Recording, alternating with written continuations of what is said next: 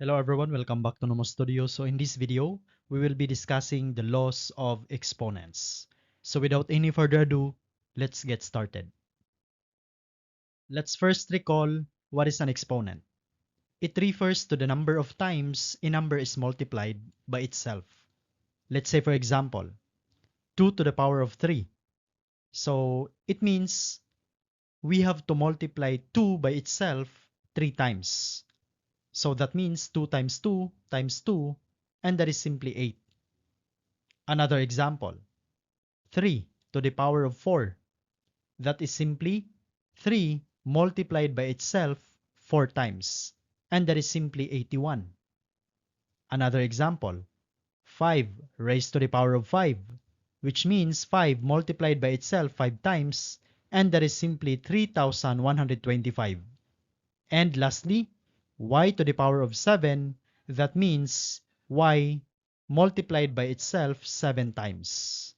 So please take note, yung 2, 3, 5, and y, ang tawag po dyan, base. At ang tawag naman sa 3, 4, 5, and 7, ito yung nasa taas, no? Yan yung exponent.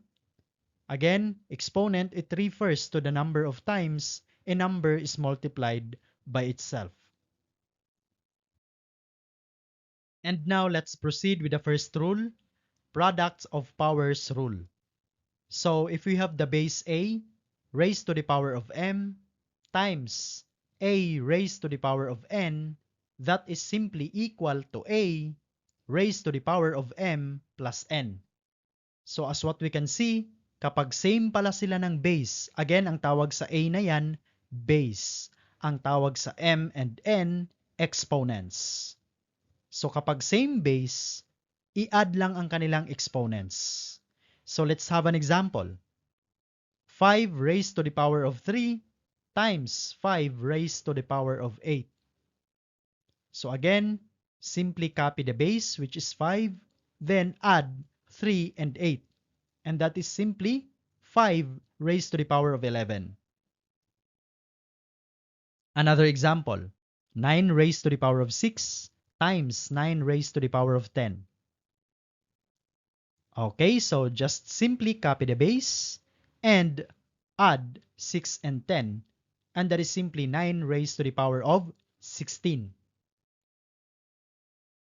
Next example, 3a cubed b squared times 12a raised to the power of 7 b raised to the power of 18. First, i-multiply muna natin si 3 and 12, yung mga numerical coefficients. So we have 3 times 12, that is simply 36. Next, a and a, pareho sila ng base. So kapag same base, i-add ang kanilang exponents. So copy natin si a, then add 3 and 7, and that is simply equal to 10. Next, copy b, then add 2 and 18, which is equal to 20. So this is the final answer. 36a raised to the power of 10, b raised to the power of 20.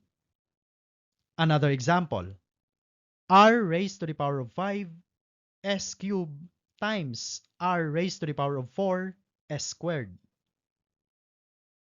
So again, copy the base, r, then add up their exponents, 5 and 4. That is simply 9. Next, s, then 3 plus 2, and that is simply equal to 5. And this is our final answer. Last example for this rule, 4xyz times 8x cubed y z raised to the power of 5. Again, let's multiply first the numerical coefficients, which is 4 and 8. So 4 times 8, that is simply equal to 32. And x, tingin tayo kay x muna. So x, kapag wala po kayong nakitang exponent, that is simply 1. Again, it is understood na kapag walang nakitang exponent, meron niyang invisible na 1. So x raised to the power of 1 and x raised to the power of 3. So that means x raised to the power of 4. Kasi nga, i-add natin si 1 and 3. Next, y. So 1 and 1, that is 2. Z raised to the power of 1 and z raised to the power of 5. So we have z raised to the power of 6. And this is our final answer. So ganyan lang po kadali. So now let's proceed with the second rule, quotient of a powers rule. So if we have the base a raised to the power of m divided by a raised to the power of n, simply copy the base and subtract their exponents. So let's have an example. 7 raised to the power of 20 divided by 7 raised to the power of 8. So again, simply copy the base and subtract their exponents. 20 minus 8, that is equal to 12. And this is our answer. Another example, 15 raised to the power of 35 divided by 15 raised to the power of 20. So again, simply copy the base and subtract their exponents. 35 minus 20, and that is equal to 15. Next example, 18a raised to the power of 15 divided by 3a raised to the power of 5. Now, let's divide first the numerical coefficients. 18 divided by 3, that is simply equal to 6. Next, a, then 15 minus 5, and that is equal to 10. So we have 6a raised to the power of 10. Another example, 24s raised to the power of 8, t raised to the power of 12 divided by 6 s cubed t raised to the power of 5. Again, let's divide first the numerical coefficients. 24 divided by 6, and that is simply equal to 4. Then, next, we have s. So copy s and subtract the exponents of s. So we have 8 minus 3, that is equal to 5. Next, we have the variable t. 12 minus 5, and that is simply equal to 7. So we have 4s raised to the power of 5, t raised to the power of 7. Last example, 5a raised to the power of 13, b raised to the power of 8, c cubed divided by 10, a raised to the power of 8, b squared, c. Now, let's divide first the numerical coefficients, 5 and 10. 5 divided by 10, that is simply 1/2. Next, copy first a, then 13 minus 8, and that is equal to 5. Next, letter B, 8 minus 2, and that is simply equal to 6. Next, C, 3 minus 1, and that is simply equal to 2. So we have the final answer, 1/2 a raised to the power of 5, b raised to the power of 6, c squared.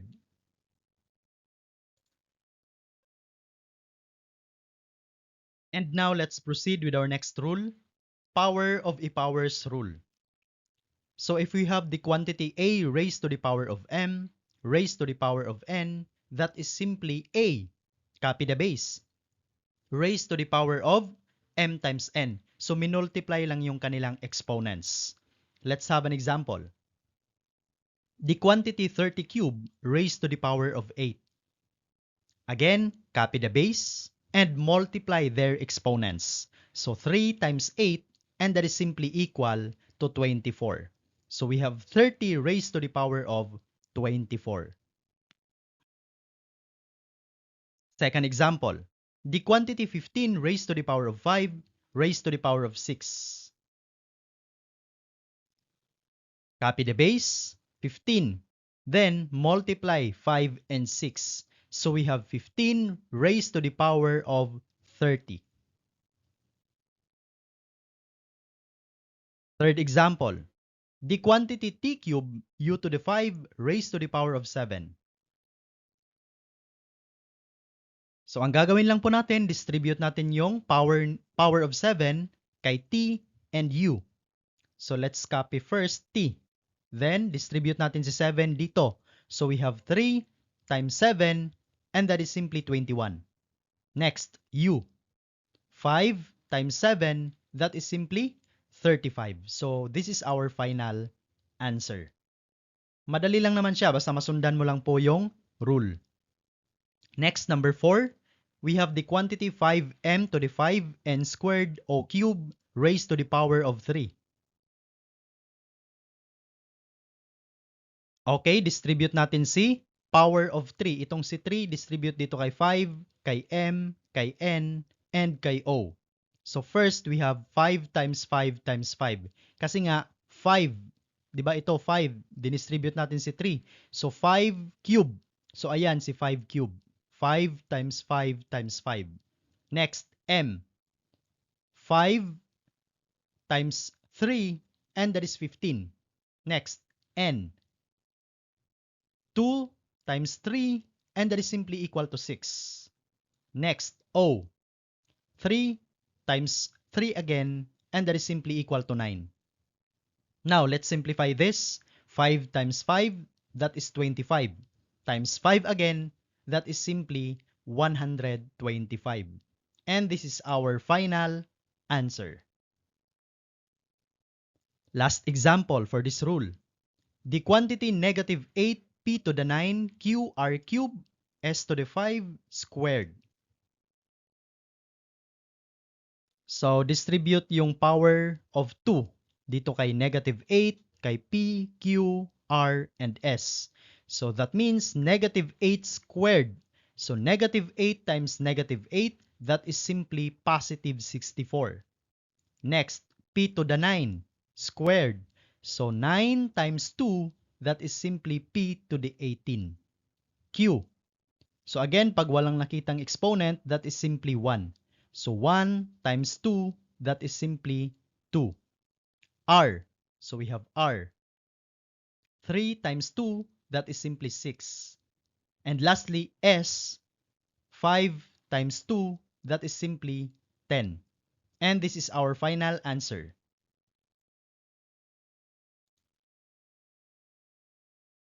Next, power of a product rule. So if we have the quantity AB raised to the power of m, that is simply equal to a to the m, b to the m. So ang ginawa, dinistribute lang po yung exponent na m kay a and b. Actually, this is almost the same with the previous rule, yung power of a powers rule. Now, let's have an example. The quantity 2 times 3 raised to the power of 4. So again, distribute lang po natin yung exponent na 4 kay 2 and 3. So we have 2 to the 4 times 3 to the 4. So yung 2 to the 4 na yan, that is 16. Kasi nga, we have to multiply 2 by itself 4 times. At dito naman, we have to multiply 3 by itself 4 times. So this is 2 times 2 times 2 times 2. That is 16. At ito naman, 3 times 3 times 3 times 3 again. That is 81. So we have 16 times 81, and that is simply 1,296. And that is our final answer. And by the way, pwede na pong diretso ha. You can simplify this. 2 times 3, that is 6, raised to the power of 4. So, same answer lang, 1,296. Another example. So, katulad po nito, pwede na pong diretso na. 5 times 2, that is 10, raised to the power of 3. So, again, 10 cube, that is simply 1,000. Kasi nga, 10 times 10, that is 100. times 10 again, that is 1,000. Last example for this rule, 3a raised to the power of 5. Again, distribute yung power of 5 kay 3 and a. So 3 raised to the power of 5, a to the 5. So we have 3 multiplied by itself 5 times and a to the 5. So we have 243 a to the 5. And that is our final answer. Madali lang siya. Kasi nga, distribute lang, di ba? Pwede ring simplify ka na kaagad. 5 times 2, 10. 2 times 3, 6 to the 4. Pwede na diretso. So, I hope you've got this rule. Next, power of a quotient rule. So, if we have the quantity a over b, or a divided by b to the power of m, that is simply equal to a to the m over b to the m. Same thing, dinistribute lang din po yung exponent na m kay a and b. So now, let's have our first example. 12 over 4 raised to the power of 3. So ang gagawin lang po, distribute lang po natin si exponent na 3 kay 12 and 4. So we have 12 cube over 4 cube. So simply, this is 12 times 12 times 12 over 4 times 4 times 4. And now we get 1,728 divided by 64. And that is simply equal to 27. And by the way, pwede rin pong diretso na. 12 divided by 4, that is 3. So 3 cube, that is also equal to 27. Another example. The quantity 3x squared over 4y cubed raised to the power of 3. So again, distribute lang po natin ang exponent sa bawat isa. Distribute natin si exponent na 3 kay 3, kay x squared, kay 4, kay y cubed. So ganito yung mangyayari. 3 cubed times x squared raised to the power of 3, 4 cubed times y cubed raised to the power of 3. So dinistribute natin na. Si 3 dito, si 3 kay x squared, distribute lang. Tingnan nyo. Please be guided. Now, 3 cubed, that is simply 27. X squared raised to the power of 3, that means x raised to the power of 2 times 3. So we have x to the power of 6. 4 cubed, that is simply 64. Y cubed raised to the power of 3, that means y to the power of 9. And that is our final answer.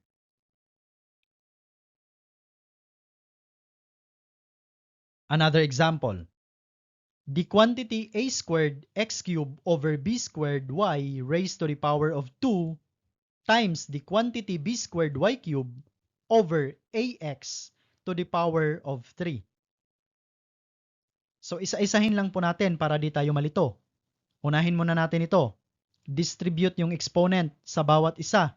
So we have a squared to the power of 2. That means 2 times 2, that is simply a to the 4. X cubed to the power of 2, that means 3 times 2, that is x to the power of 6.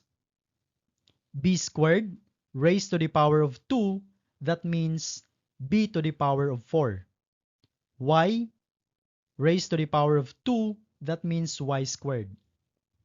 Dito naman, b squared raised to the power of 3, that means b to the power of 6. Y cubed raised to the power of 3, that means y to the power of 9. A to the power of 1, x to the power of 1. So, ax raised to the power of 3, that means a cubed, x cubed. Now, let's simplify this. So, i-arrange lang po muna natin. A to the 4, b to the 6, x to the 6, y to the 9. A cubed, b to the 4, x cubed, y squared. So, in-arrange lang po natin. Okay, so now, let's simplify this further. A to the 4 divided by a cube. That means we have to subtract their exponents. So 4 minus 3. That means a to the 1 or simply a na lang. Next, b to the 6 divided by b to the 4. That means 6 minus 4, b squared na lang. X to the 6 divided by x cubed. That means 6 minus 3, that is x cubed.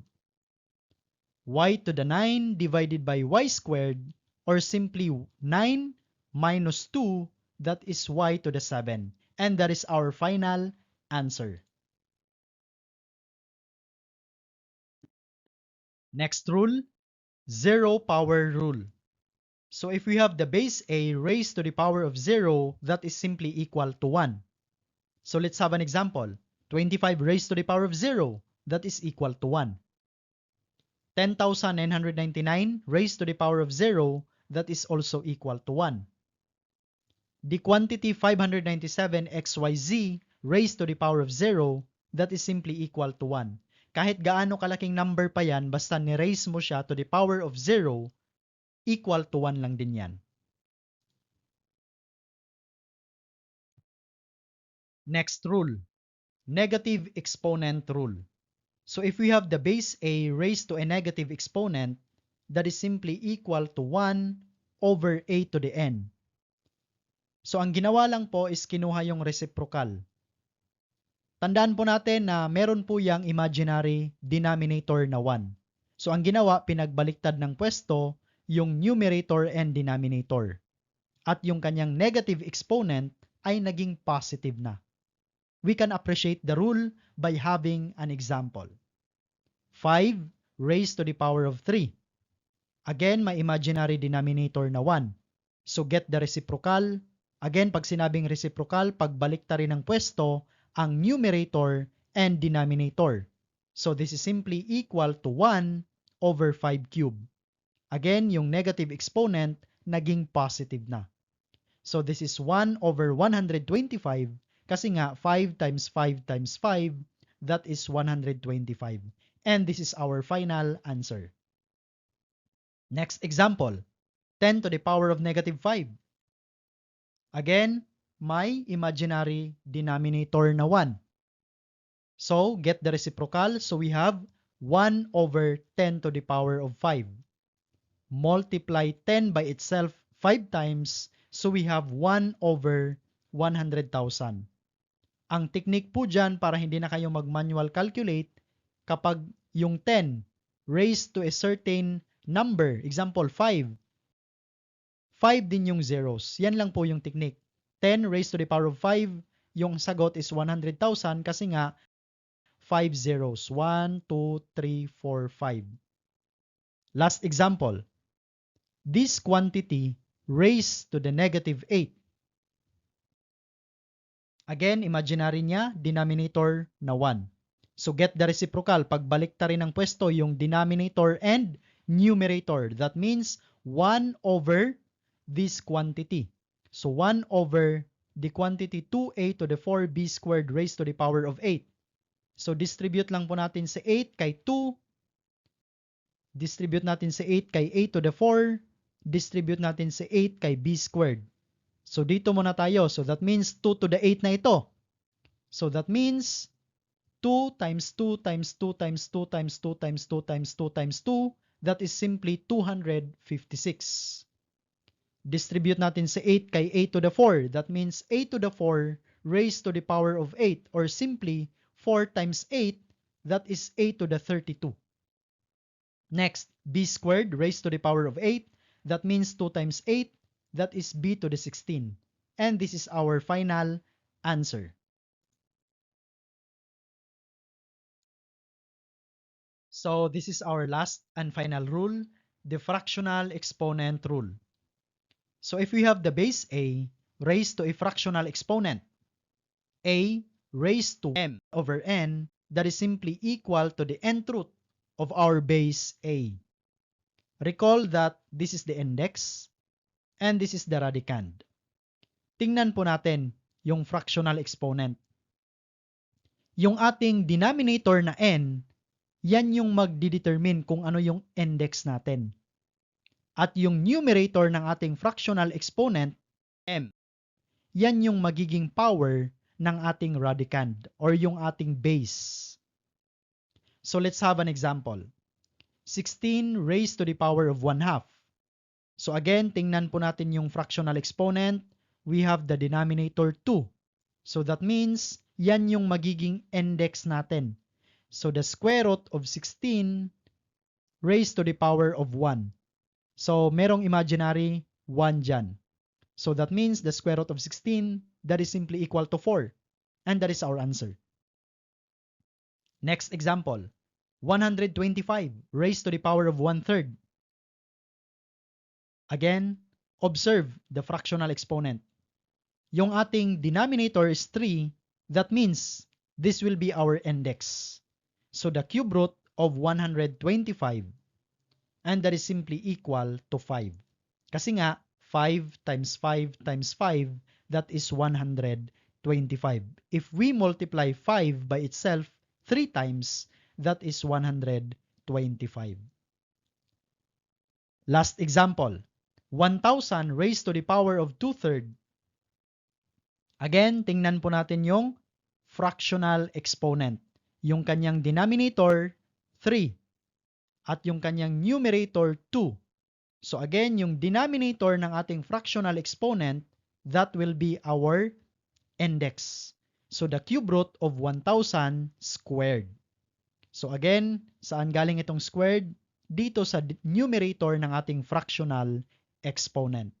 So the cube root of 1,000, that is equal to 10. Squared, kinapi lang po natin yung power of 2. So again, the cube root of 1,000, that is 10 squared. So 10 squared, that is simply equal to 100. So I hope you've got this rule. At kung bago ka pa lang po sa ating channel, huwag kalimutang mag-subscribe, like, and share this video to your friends.